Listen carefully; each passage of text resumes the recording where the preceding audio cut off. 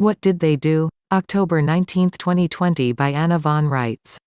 Yesterday, I posed a very important question to all of you: where did the Tories, the British Sympathizers, go? What happened to them after the Revolutionary War ended? And for that matter, what happened to their Papist friends, who also opposed the War of Independence? We should note that the British and the Papists both came here like everyone else, to colonize the New World, partially for the benefit of their respective king and/or pontiff. When the Brits came ashore in New England, they didn't cobble together their own personal flags and stab them in the ground and declare, "I claim this land in the name of Louis Furtwangler of Sussex." And when the Papists came ashore in Maryland and Delaware, they didn't do anything like that, either. They staked out their claims in the name of their Pope and Church and its theocracy as their government. It was, after all up for grabs, so far as the European monarchs and the popes saw it at the time. Whoever discovered it under the doctrine of discovery was the rightful owner in their view, and though the Church finally corrected their error and renounced the doctrine of discovery, it was the basis of virtually all claims in the New World for decades. So that is how the Brits and the Papists both came here and settled large parts of the eastern seaboard as loyal subjects of the King and the Pope, respectively. After the War of Independence, the well-being and future of both groups, the Tories loyal to the King and the Papists loyal to the Pope, were provided for as part of the peace settlement. Everyone would be allowed to keep their personal property, their business interests, intact. Everyone could maintain their political allegiances, too. Tories could choose to remain loyal subjects of the King by adopting territorial citizenship as a U.S. citizen. Papists could choose to remain loyal subjects of their pontiff by adopting the status of municipal citizens of the United States.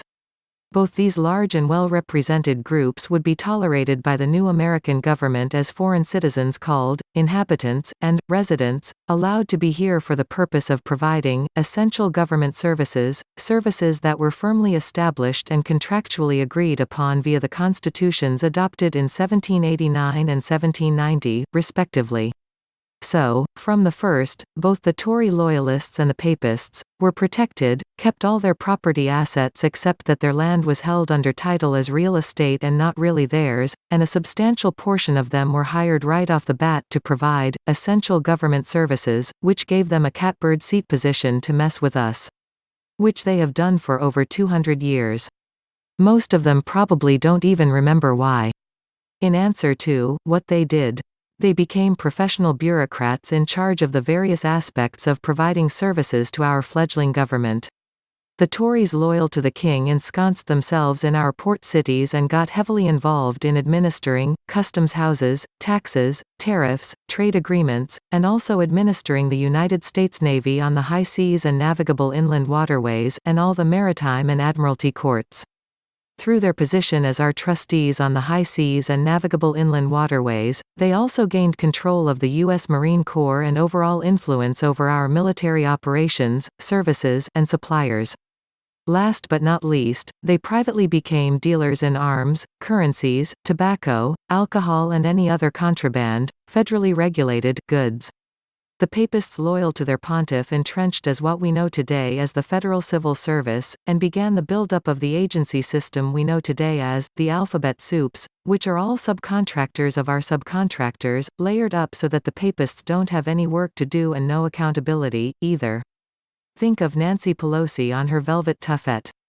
So this is where they came from, this is where they went, and this is what they have done, and you can all now see how we have been infested with undeclared foreign agents since day one. All enemies foreign and domestic. Most of these people think of themselves as Americans and consider themselves as loyal to this country as anyone else, but that ignores the entire history of these federal government organizations and their administration, which is still British and still Papist, respectively. These two groups have fought each other from time to time, most particularly during the so-called American Civil War, but then as now, their apparent animosity is a facade. Both the British territorial government and the municipal government are ultimately owned and operated by the Pope. The Pope directs the Queen, because she is his Commonwealth overseer. And that is the position from which she derives her wealth and all her claims to own and control real estate, belonging to her loyal subjects. And perhaps about now, you are all noticing that your lawful land patents have been quietly converted into real estate, titles and municipal land descriptions. This has been presumed as part of the legal presumptions established against you and your person, to the effect that you are a federal citizen, and not an American. You have been mistaken as both a loyal subject of Herm, and as a municipal citizen of the United States, subject to the Roman Pontiff.